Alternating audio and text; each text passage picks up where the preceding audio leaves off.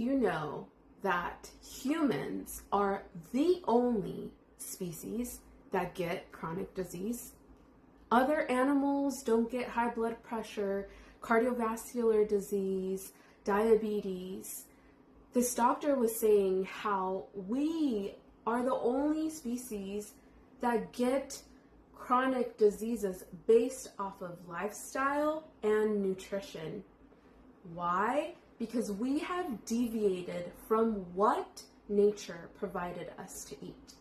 We have processed food, we have added artificial everything to our food, and so before we used to hunt for our food, we used to expend energy to be able to eat and get energy back. Now we eat without expending energy first, and sometimes we eat more than the energy we are releasing through activity.